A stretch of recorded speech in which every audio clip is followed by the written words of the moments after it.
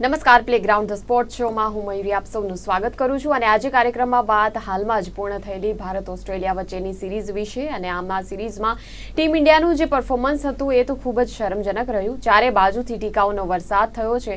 આ સિરીઝ જો કે પૂર્ણ થઈ ગઈ છે, પરંતુ જે પ્રકારે ટીમ ઇન્ડિયા ટીમ ઓસ્ટ્રેલિયા એક કમ્પેરિઝન, એક એનાલિસિસ આજે કાર્યક્રમમાં કરવું છે, જે પ્રકારનો મુકાબલો રમતના મેદાન ઉપર બંને ટીમો વચ્ચે જોવા મળ્યો, ઘણી એવી બાબતો સામે આવી કે જે કલ્પના બહારની હતી. ઘણા એવા દ્રશ્યો જોવા મળ્યા કે જે ચોક્કસપણે વિચારવા લાયક હતા કે શા માટે થયું, આખરે કયા કારણે આ પ્રકારે અમુક જે ખેલાડીઓ ટીમ ઇન્ડિયાના સાવ જે ફોર્મ બહાર હતા અને સાવ કંગાળ પ્રદર્શન એવો શબ્દ ચોક્કસપણે અહીં વાપરવો પડે, કેમ કે જે દિગ્ગજ ખેલાડીઓ પાસે અપેક્ષા હતી એ અપેક્ષા મુજબની રમત મેદાન ઉપર જોવા મળી નહીં. રમતના મેદાન ઉપર તો ટીમ ઇન્ડિયા ટકી રહેવા માટે ખૂબ જ સંઘર્ષ કરતી, મથામણો કરતી જોવા મળી. ક્યાંક ઓસ્ટ્રેલિયા પણ થોડી ઘણી ક્ષણો પૂરતી નબળી હાલતમાં જોવા મળી જ હતી, પરંતુ સિરીઝના અંતે ચેમ્પિયન તો ઓસ્ટ્રેલિયા જ બનીને રહ્યું. ટીમ ઇન્ડિયાને 10 વર્ષ બાદ આ સિરીઝમાં હારનો સામનો કરવો પડ્યો છે. એટલે જ આજની ચર્ચામાં એક એનાલિસિસ કરીશું, આખરે કેવા પરિબળો રહ્યા, કયા એવા કારણો હતા કે જ્યાં કામ કરવાની સખત જરૂરિયાત હતી પરંતુ કામ ન થયું અને ટીમ ઇન્ડિયા સતત નિષ્ફળતાઓથી ઘેરાયેલી રહી. તમામે ઘટનાઓને આપણે યાદ કરીશું કે જેના કારણે આ સિરીઝ એક પ્રકારે દર્શકોના મનમાં એકદમ જ યાદ રહી જાય એવી સિરીઝ બનીને રહી. તો ચર્ચા કરવા માટે સ્ટુડિયોમાં ઉપસ્થિત છે સ્પોર્ટ્સ એક્સપર્ટ અશોક મિસ્ત્રી. અશોકભાઈ, સ્વાગત છે આપનું કાર્યક્રમમાં. Thank you so much. તો આ ચર્ચા શરૂ કરતા પહેલા એક ખાસ અહેવાલ પર નજર કરી લઈએ. ભારત અને ઓસ્ટ્રેલિયા શ્રેણી પૂર્ણ થઈ, ખરખરો પણ થઈ ગયો. હવે એક એનાલિસિસ કરીએ કે કોણે કેટલું મેળવ્યું અને કેટલું ગુમાવ્યું. સૌ પ્રથમ તો ભારતનું નુકસાન. વર્લ્ડ ટેસ્ટ ચેમ્પિયનશિપની ફાઇનલમાં પ્રવેશવામાં નિષ્ફળ નીવડી ભારતીય ટીમ. 10 વર્ષથી જાળવી રાખેલ રબર ભારતે ગુમાવ્યું. 4 શ્રેણી લગાતાર જીત્યા બાદ શ્રેણી હાર્યા. શ્રેણીમાં ભારતના કેપ્ટન્સ બદલાયા.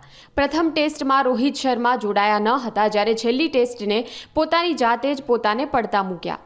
ભારતે ઓપનર્સ પણ બદલ્યા. યશસ્વી રાહુલ, યશસ્વી રોહિત અને યશસ્વી ગિલની ઓપનિંગ ભારતને જોવા મળી.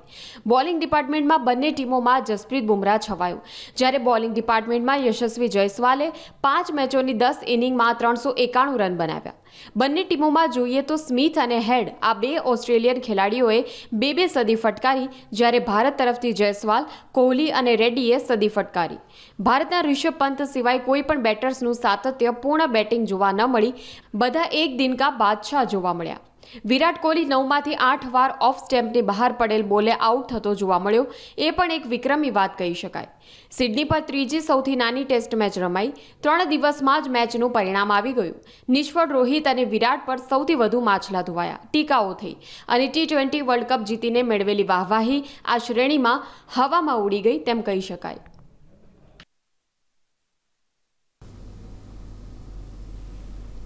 તો આમ તો બોર્ડર ગાવસ્કર શ્રેણીમાં આપણે ટીમ ઇન્ડિયાની જે હાર થઈ, હારનો ખરખરો તો કરી લીધો છે, પરંતુ દરેક હાર, દરેક નિષ્ફળતા એ કંઈક ને કંઈક શીખવી જાય છે. અને એટલે ચર્ચાની શરૂઆત એ સવાલથી કરવી છે કે જે આ સિરીઝમાં જે પ્રકારની રમત જોવા મળી, કઈ બાબતો ટીમ ઇન્ડિયાએ શીખી, કઈ બાબતો ઓસ્ટ્રેલિયાએ શીખી, એ જાણવાનું છે. અશોકભાઈ, શું કહેશો? બિલકુલ વાત સાચી છે, કારણ કે જે અપેક્ષા સાથે આપણે ગયા હતા કે ભાઈ આપણે ઓસ્ટ્રેલિયામાં જઈને 4-1થી શ્રેણી જીતવી છે, તો 4-0થી શ્રેણી જીતી લો તો આપણે વર્લ્ડ ટેસ્ટ ચેમ્પિયનશિપમાં પ્રવેશ મેળવીએ. બાંગ્લાદેશની શ્રેણી જ્યારે જીત્યા ભારતમાં, ત્યારે આપણે બધાને માથા ઉપર લઈને ફર્યા. ન્યૂઝીલેન્ડે જ્યારે 3 મેચો હરાવી અને એ પણ સતત 3 ટેસ્ટ મેચો જ્યારે ભારત હાર્યું, ત્યારે ક્યાંક એમ લાગ્યું કે ભારતની ટીમમાં બધું સમૂહ સૂત્રું તો નથી ચાલી રહ્યું. જે કોઈ જીત મેળવી એ જીત પાછળના કારણો અલગ હતા, અને જ્યારે હારની વાત આવી ત્યારે હાર પાછળના કારણોમાં ક્યાંક ને ક્યાંક મહત્ત્વના ખેલાડીઓ જવાબદાર જોવા મળ્યા. હવે વાત એમ છે કે ત્યાંથી ધારો કે તમે હવે નેક્સ્ટ સ્ટેપ જઈ રહ્યા છો ઓવરસીઝ શ્રેણી રમવા માટે, અને તે વખતે બી બધાને બેક ઓફ ધ માઇન્ડ એમ હતું કે ઇન્ડિયા કમબેક કરી શકશે, કારણ કે જે રીતે આપણે ન્યૂઝીલેન્ડ સામે ભારતમાં જ હાર્યા એ ક્યાંક ને ક્યાંક ઘણું બધું ટીકાને પાત્ર બન્યું હતું. ખેર, પણ જેવા ઓસ્ટ્રેલિયા આપણે ગયા અને પહેલી મેચ આપણે જીત્યા ત્યારે આપણને લાગ્યું કે બધું everything is fine and fit, not to worry. પહેલી મેચ આપણે જીતી ગયા છે, આપણે આ શ્રેણી 4-1થી જીતી જઈશું, 4-0થી જીતી જઈશું. પહેલી મેચ જીત્યા પછીના જે સમીકરણો હતા એ સમીકરણો બદલાયા.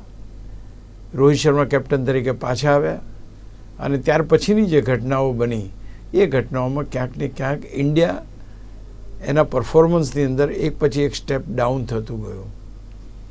2 મેચો પતી ગઈ પછી બોલેન્ડ આવ્યા. હેઝલવુડને આરામ આપીને બોલેન્ડ જ્યારથી ટીમમાં આવ્યા, બોલેન્ડે તો ભારતની એને કહેવાય કે બેટ્સમેનોને ક્યાં રમવું ને શું રમવું એ જ ભૂલાડી દીધું. એટલી ખતરનાક બોલિંગ એણે કરી કે ભારતના બેટ્સમેનો એની સામે ઊભા થઈ ન શક્યા. એટલે અહીંયા આગળ તમે જુઓ, ત્યાર પછી તમારી એટલે રોહિત શર્મા કેપ્ટન આવ્યા. ફરી પાછા છેલ્લી મેચની અંદર રોહિત શર્માને કેપ્ટનશીપમાંથી મૂકવામાં આવ્યા, પાછા મીન્સ કે બેન્ચ ઉપર ગયા અને ફરીથી બુમરાહ કેપ્ટન બન્યા. બુમરાહ કેપ્ટન બન્યા તો બુમરાહ પણ થોડોક વખત એવો આવ્યો કે જ્યારે બુમરાહ હોસ્પિટલમાં ગયા એનું સ્કેનિંગ ને બધું કરાવવા, તો વિરાટ કોહલીને સ્ટેન્ડ ઇન કેપ્ટન તરીકે જવાબદારી આપવામાં આવી. તો આ પ્રકારની પરિસ્થિતિ ભારત પાસે consistency of batting, consistency of bowling, consistency of captaincy was not there in the series. એટલે આટલી મોટી સિરીઝમાં જો તમે અનિર્ણાયક પરિસ્થિતિમાં જતા હો તો સફળતા પણ તમને એટલી ના મળે, એ સ્વાભાવિક છે, જે અત્યારે બન્યું.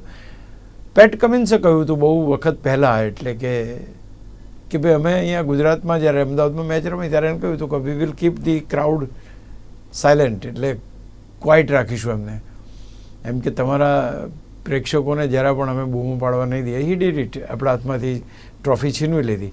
આ વખતે શ્રેણી શરૂ થઈ ત્યારે એણે કહ્યું હતું કે ભાઈ મારા ઘરે જે કબાટ બનાવ્યો છે એમાં એક બોર્ડર ગાવસ્કર ટ્રોફી જ ખૂટે છે અને આ વખતે હું લઈશ. ધીસ વર હિઝ વર્ડ્સ અને હી ટુક ઇટ. તો ક્યાંક એક એવો કેપ્ટન છે કે જે પોતે તો પરફોર્મ કરે છે, he is leading from the front. Bumrah પછી સૌથી વધારે વિકેટો લીધી હોય તો પેટ કમિન્સે લીધી છે, રન્સ પણ એને સારા બનાવ્યા છે. અને બીજી તરફ એક ભારતના કેપ્ટન કે જે કેપ્ટન હજુ સુધી મીન્સ કે 5 મેચો પતી ત્યાં સુધી કોઈ એવું કવત બતાવી શક્યા નહીં. તો ક્યાંક ને ક્યાંક આ એક વસ્તુ આપણને ભારત માટે ભારે પડી કે કન્સિસ્ટન્સીનો અભાવ, ટીમ મેનેજમેન્ટમાં આંતરિક ડખા શબ્દ એટલા માટે વાપરવો પડે કે ભાઈ વિરાટ કોહલી કંઈક, ગૌતમ ગંભીર કે અલગ કહે છે, રોહિત શર્મા કે અલગ કહે છે. ઘણા કહે છે કે ભાઈ રોહિત શર્મા 5મી ટેસ્ટ મેચ પછી એને નિવૃત્ત કરી દેવામાં આવ્યો, આ છેલ્લી મેચ છે, નથી રમતો, એનો અર્થ એ કે જતો રહ્યો. એ મેદાન ઉપર આવીને ક્લેરિફાય કરે છે કે હું ક્યાંય ગયો નથી, હું તો અહીંયા જ છું. તો આ પરિસ્થિતિમાં communication between the player and the captain, player and the coach is absolutely zero. આગલા દિવસે સમાચાર આવે છે કે ભાઈ ગૌતમ ગંભીરે બધાની ક્લાસ લીધી અને કહી દીધું કે તમારે રમવું તો રમવો ને થેન્ક યુ કહેવા માટે તૈયાર થઈ જાઓ. તો એની કોઈ અસર આપણને જોવા ના મળી. તો ભારતની સ્થિતિ જે છે અનિર્ણાયકતાની સ્થિતિ હતી, જેને કહેવાય ને કે પરિપક્વતાનો અભાવ જોવા મળ્યો, કમ્યુનિકેશન ગેપ જબરજસ્ત હતો, ખેલાડીઓને ખબર નહોતી કે મેચમાં રમશે કે નહીં રમે. આ એક અનિર્ણાયક પરિસ્થિતિમાં આખી ટીમ મેદાને ઉતરી. સામે છેડે ઓસ્ટ્રેલિયા એક મજબૂત ટીમ તરીકે ઉતરી. એના ઘણા બેટર્સ એવા હતા અને આપણે કમ્પેર જ કરતા હતા, આપણે કહેતા હતા કે આ બે રમતા નથી એટલે આપણે જીતવાના ચાન્સ વધી ગયા છે. પણ એ જે નહોતા રમતા એ રમતા થઈ ગયા અને આપણા જે નહોતા રમતા એ નહોતા રમતા જ રહ્યા. તો આ પરિસ્થિતિમાં બંને વચ્ચેની જે શ્રેણી થઈ એક ડિફરન્શિએટર, કારણ કે આની પહેલાં આપણે એમને હરાયા છે, એવું કંઈ નથી કે નથી હરાયા, અને 4 વખત આપણે શ્રેણી જીત્યા છે. સો વી હેવ આપણા ઓસ્ટ્રેલિયા ઉપર આપણો જબરજસ્ત પ્રભાવ છે, એમાં કોઈ બેમત નથી.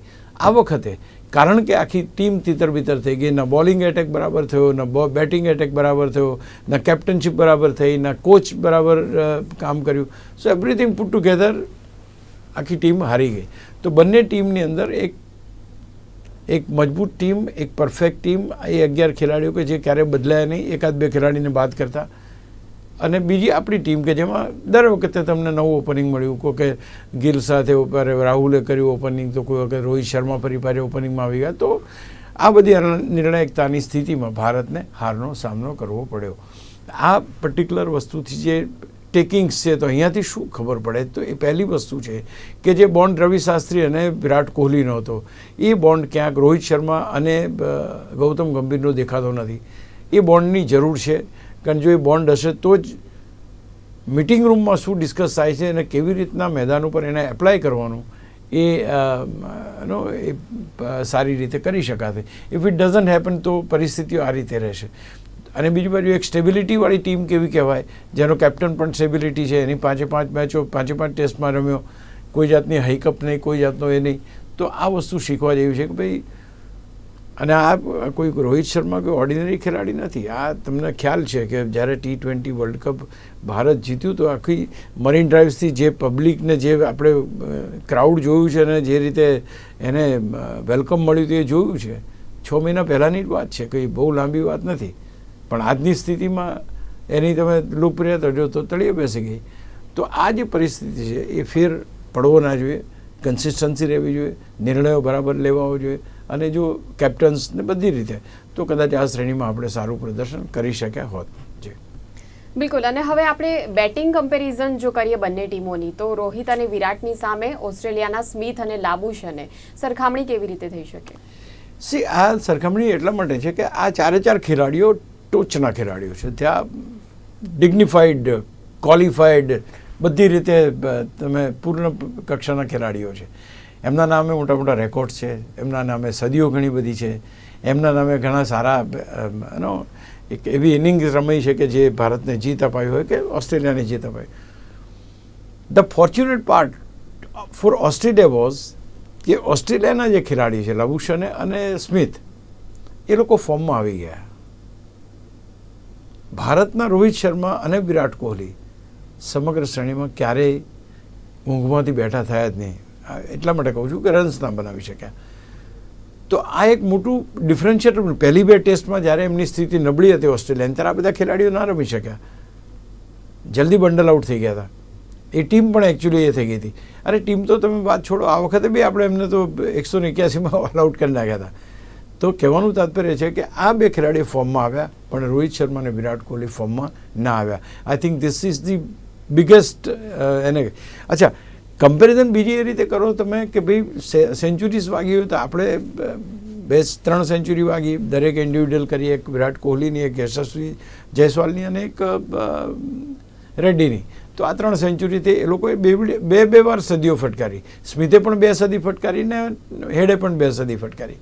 તો આ પરિસ્થિતિની અંદર ભારતની બેટિંગના જે 2 સિતારાઓ રોહિત અને વિરાટ, they did not came to the expectation as Smith and Labuschagne did for their country. તો આ એક મોટામાં મોટું ડિફરન્શિએટર મારી દ્રષ્ટિએ કહેવાય કે તમારા, કારણ કે ટેસ્ટ મેચની અંદર પહેલા 6 ખેલાડીઓ 5 ખેલાડીઓ તમારા બેટર્સ હોય, પ્યોર બેટર્સ, જેની બીજી કોઈ જવાબદારી નહીં, માત્ર બેટિંગ કરવાની જવાબદારી. પછી તમારી પાસે વિકેટ કીપર અને ઓલરાઉન્ડર્સ હોય. તો આ 5માંથી એક દેશના 2 ખેલાડીઓ ચાલ્યા અને એક દેશના 2 ખેલાડીઓ ના ચાલ્યા.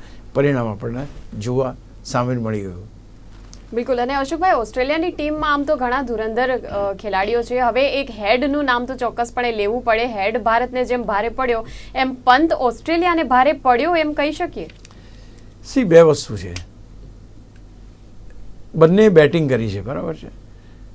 એકની બેટિંગે એક દેશને વિજય અપાવ્યો છે, બીજાની બેટિંગ કર્યા છતાં પણ એને વિજય અપાવી શક્યા નથી, પહેલી વાત. બીજી વસ્તુ એ કે Head is a batsman of a calibre એ આવું એટલા માટે હું કહું છું કે he knows the test match playing well. Rishabh Pant એક આક્રમણને માને છે. He always believes in attack. એ કોઈની બોલિંગના ચોગ્ગા છગ્ગા મારીને એને પરેશાન કરી નાખે એ કરી શકે. બોલેન્ડની બી સ્થિતિ એણે બગાડી નાખી હતી ચોગ્ગા છગ્ગા મારીને. But when you want a consistency, when you want a long inning, when you want your team to win, when you want your team to perform, તે વખતે એ રિષભ પંત જે એની ક્ષમતા છે, એની ક્ષમતા મોટી ઇનિંગ રમવાની નથી, અથવા તો છે છતાંય એ રીતે પરફોર્મ થતું નથી. તો આ એક બહુ મહત્ત્વની વાત છે. એકવાર એણે 40 રન બનાવ્યા. એ 40 રન એણે બહુ જ એને ઇવન હી મેડ એ સ્ટેટમેન્ટ કે આવી રીતના રમવું પડે છે મારા ઘણા બધા શોટ્સ ઉપર કાબૂ રાખીને. કારણ કે એની આગળની મેચમાં સુનિલ ગાવસ્કરે ટીકા કરી હતી કે ભાઈ આવી રીતના રમે. પણ સેકન્ડ 61 રન જે માર્યા એને 33 એવા બોલમાં જ મારી દીધા, ફટાફટ છગ્ગા ચોગ્ગા ફટકારીને. એની હી સ્ટાઇલ ઓફ પ્લેઇંગ. તો આ બંનેની સ્ટાઇલ ઓફ પ્લેઇંગ થોડી ડિફરન્ટ છે. પણ એક વસ્તુ ચોક્કસ છે કે રિષભ પંતને રમતા એની સામે કોઈ પણ બોલરને બોલિંગ કરતા એને તકલીફ તો પડે છે. એને એમ થાય કે આ ક્યારે બોલ છગ્ગો મારી દેશે કહેવાય નહીં. બોલેન્ડને એ રીતે જે કર્યું, બોલેન્ડ જબરજસ્ત ભારત ઉપર ભારે પડ્યો હતો. ત્યાં એને સીધા 2 છગ્ગા 2 ચોગ્ગા મારીને એક જ ઓવરમાં બધું આખું એ કરી નાખ્યું. તો એ કામ થઈ શકે. But the consistency and the long inning એ મારા ખ્યાલથી હેડ વધારે સારી રીતે રમી શક્યો. અને બીજું અગત્યનું, આપણે અહીંયા ત્યારે હેડ આપણને મોંઘો પડ્યો હતો. આપણને ખ્યાલ છે રોહિતનો કેચ એણે લીધો હતો ને, તો ક્યાંક ને ક્યાંક એ પ્યોર બેટ્સમેન છે અને એની ભૂમિકા પ્યોર બેટ્સમેનની એણે નિભાવી. આ વિકેટ કીપર બેટ્સમેન છે એટલે એની પાસેથી અપેક્ષા આપણે સપોર્ટ નહીં રાખી શકીએ, પણ આવી મોટી ઇનિંગ રમીને જીતાડે એ શક્યતા કાંઈ. હા, ગયા વખતે last when we this thing he has made some 89-90 runs or something and we won the match. તો એવો પરફોર્મન્સ આ વખતે રિષભ પંત પાસે જોવા ના મળ્યો. Whereby Head has done that, Head 2 વાર સેન્ચુરી મારી અને he stand by to his commitment. એણે બહુ સરસ વાક્ય કીધું છે. એણે કીધું છે કે મારા છોકરાઓને અને એમના છોકરાઓને હું એમ કે જસપ્રીત બુમરાહની વાત કરીશ કે મેં આ ખેલાડીની સામે ક્રિકેટ રમ્યું છે. તો એટલો રિસ્પેક્ટફુલ પણ અને એટલો જ એવો જબરજસ્ત બેટર્સ. એટલે હું માનું છું કે હેડને પંતની કમ્પેરિઝનમાં થોડુંક હેડનું માથું ઉપર રહે સ્વાભાવિક છે. બિલકુલ. અને અશોકભાઈ, આપણે ચોક્કસપણે બુમરાહની જ્યારે વાત આવી છે તો બુમરાહનું જે યોગદાન છે એને પણ યાદ તો કરવું જ પડે. જે પણ ટીમ ઇન્ડિયાની રહી સહી ઇજ્જત છે બચાવવામાં ઘણું મોટું એનું યોગદાન છે. સર્વાધિક વિકેટો સાથે અગ્રક્રમે રહ્યો. આમ 32 વિકેટો ઝડપી એણે. ઓસ્ટ્રેલિયાને પેસ બેટરી કરતાં પણ વધુ વિકેટો લઈને એણે એક આખો રેકોર્ડ બનાવ્યો છે. કેવું પરફોર્મન્સ એનું રહ્યું? સી, તમારી પાસે જસપ્રીત બુમરાહ નામનો એક જાદુઈ ચિરાગ છે. I mean, he is such a wonderful player કે જ્યારે જ્યારે કેપ્ટનને વિકેટની જરૂર પડે તો બુમરાહ વિકેટ અપાવે. આ એની આઈડેન્ટિટી. T20 હોય, વર્લ્ડ કપની વાત હોય, વન ડે વર્લ્ડ કપની વાત હોય, ચેમ્પિયન્સ ટ્રોફીની વાત હોય, ટેસ્ટ મેચની વાત હોય, તમે દરેકે દરેક જગ્યાએ બુમરાહ નામનું શસ્ત્ર ચલાવો છો. આ વખતે બી તમે જુઓ 32 wickets in 5 test match, better than anybody else in the Australian team. વિશ્વના સૌથી ફાસ્ટ બોલર્સ જે છે એમાં અત્યારે તો Jasprit Bumrah no doubt number 1 છે, પણ તમે બંચ ઓફ ફાસ્ટ બોલર્સ તમે જુઓ તો that bunch of fast bowlers ધરાવતી ટીમ એકમાત્ર છે અને એ છે ઓસ્ટ્રેલિયા. કે એની પાસે કમિન્સ છે, એની પાસે સ્ટાર્ક છે, એની પાસે બોલેન્ડ છે, એની પાસે હેઝલવુડ છે. એકથી એક ચડિયાતા બોલર્સ એ ઓસ્ટ્રેલિયા પાસે છે. એટલે એવા બધા ધુરંધર ખેલાડીઓ હોવા છતાં પણ એકમાત્ર બોલર ભારતનો કે જે 32 વિકેટો લે છે. અને એક બીજી સૌથી મહત્ત્વની વાત તમને બતાવું, સુનિલ ગાવસ્કરના 10,000 રન અત્યારે લોકો કેમ યાદ કરે છે? કારણ કે સુનિલ ગાવસ્કરના સમયમાં હેલ્મેટ નહોતી. સુનિલ ગાવસ્કર વેસ્ટ ઇન્ડિઝના ખૂંખાર બોલર્સને વિધાઉટ હેલ્મેટ ફટકારીને સૌથી વધારે રન એણે ત્યાં બનાવ્યા છે. That is why he is been respected. અહીં પરિસ્થિતિ કેવી છે કે તમે જ્યારે જ્યારે તમારા જસપ્રીત બુમરાહ છે કે જસપ્રીત બુમરાહે કોની વિકેટો લીધી? તો he has taken the wicket of the strongest team that is Australia. અને ઓસ્ટ્રેલિયાએ કોની વિકેટો લીધી? They have taken the wickets of non performing team that is India. આ પણ એક બહુ મહત્વની વાત છે કે એણે દરેકે દરેક બેટર્સને આઉટ કર્યા અને એ અઘરા બેટ્સમેનને આઉટ કર્યા. વિકેટો લેવાની એની ગ્રેવિટી ઓફ દેટ તમે જુઓ કે સુનિલ ગાવસ્કરે કોની સામે માર્યા રન્સ? તો ભાઈ માઇકલ હોલ્ડિંગ એ બધાની સામે એને અહીંયા જોવાનું એ છે કે કોણ કોની સામે કેટલું સારું અને કેટલી ઇમ્પોર્ટન્ટ વિકેટ્સ તમે લો છો. So Bumrah has taken the wickets of the top order batters of the world. જ્યારે આપણા જે ક્રમ હતો, આપણો ક્રમ હતો એ યશસ્વી જયસ્વાલને વાત કરતાં કોઈ ટોપ 10માં નથી. તો આ જે પરિસ્થિતિ છે એ પરિસ્થિતિમાં જસપ્રીત બુમરાહનું પરફોર્મન્સ જોરદાર. એક વાત તો ચોક્કસ છે કે when you go to Australia, pitches are bouncy, ત્યાં આગળ સ્વિંગ પણ મળે છે, everything is fine, but that was for everybody. એ સિરાજ માટે પણ હતું, રેડ્ડી માટે પણ હતું, આકાશદીપ માટે પણ હતું, બધા માટે હતું, but no one was able to encash it. કારણ કે આની પાસે સ્પીડ પણ છે અને મુવમેન્ટ પણ છે. એટલા માટે બુમરાહ અઘરો ખેલાડી છે. ખ્વાજાનું એક બહુ સરસ સ્ટેટમેન્ટ આવ્યું છે. એણે કહ્યું છે કે હું કોઈ દિવસ બુમરાહ સામે રમી નહીં શકું. એ સેડ કે આઈ કાન્ટ પ્લે બુમરાહ. આવું સ્ટેટમેન્ટ તમે વિચાર કરો કે નંબર 1 બેટર, ઓપનિંગ બેટર એમ કહે છે કે હું આ ખેલાડી સામે ટકવું મારા માટે મુશ્કેલ છે. He has accepted. અને લગભગ એવું બન્યું જેટલી 8 કે 9 વાર આઉટ થયો, જેટલા વાર ખ્વાજા આઉટ થયો છે મોટા ભાગે આ જ વિકેટ લઈ જાય નહીં. તો આ રીતનો હેડે એમ કહ્યું કે હું મારા છોકરાઓને એમને કહીશ કે હું આવા ધરખમ ખેલાડી સાથે રમ્યો હતો એમ. તો આ છે જસપ્રીત બુમરાહ. એટલે એનું શબ્દોમાં કંઈ નહીં, એનો પરફોર્મન્સ બી એટલો જબરજસ્ત છે, એટલો ગ્રેટ છે. પણ સવાલ એ છે ક્યાં સુધી તમે જસપ્રીત બુમરાહ નામનો જાદુઈ ચિરાગ ઘસતા રહેશો? ક્યાં સુધી તમે એની પાસેથી કામ લેશો? So now there is a need to segregate the responsibility. એને એમ કહેવું પડશે કે ભાઈ તું આ ટેસ્ટ માટે રહે કે આ માટે રહે કે આમ.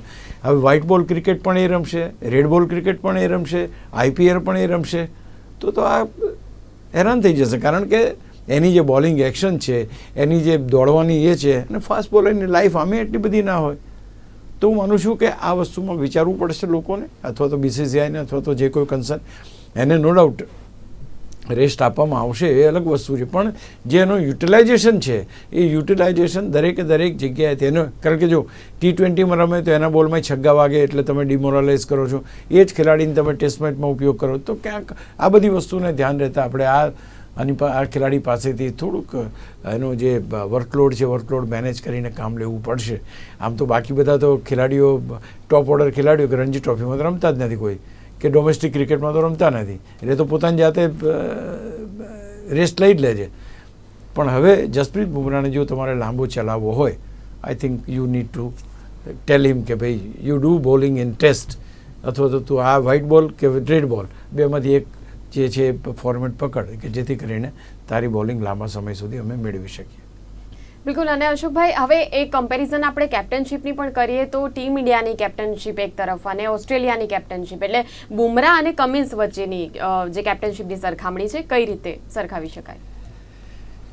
બુમરાહ અને કમિન્સની સરખામણીમાં તો આપણે એને સફળ કહેવું પડે, કારણ કે બુમરાહની કેપ્ટનશીપમાં જે એક મેચ રમાઈ એમાં આપણે જીત્યા, અને બીજી મેચ આપણા હાથમાંથી નીકળી ગઈ.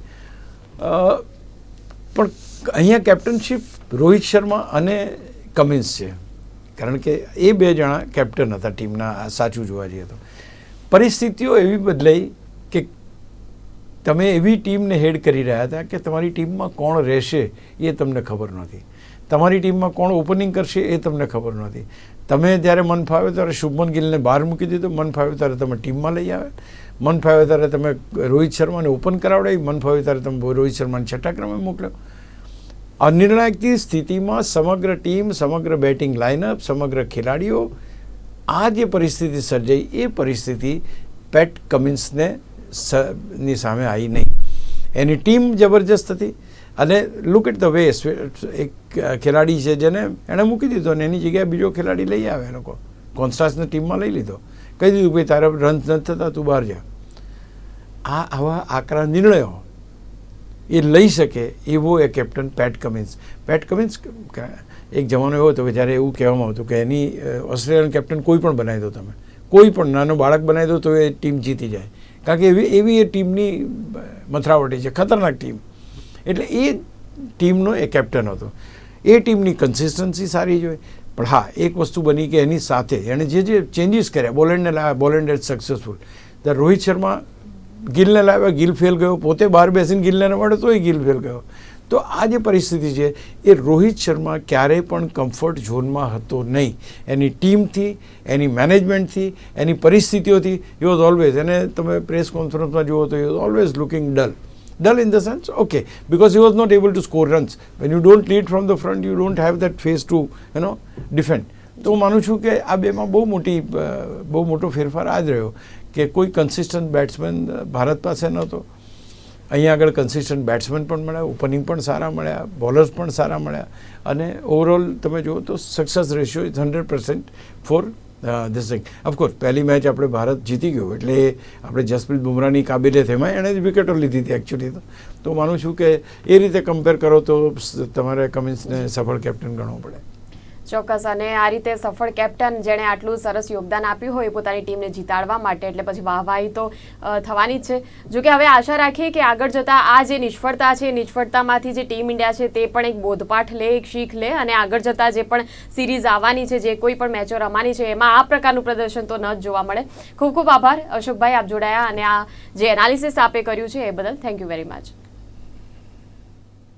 તો દર્શક મિત્રો, પ્લેગ્રાઉન્ડ ધ સ્પોર્ટ્સ શોમાં આજની ચર્ચામાં બસ આટલું જ. આવતીકાલે ફરી મળીશું. રજા આપશો. આપ જોતા રહો ગુજરાત ન્યૂઝ સત્યની સાથે. નમસ્કાર.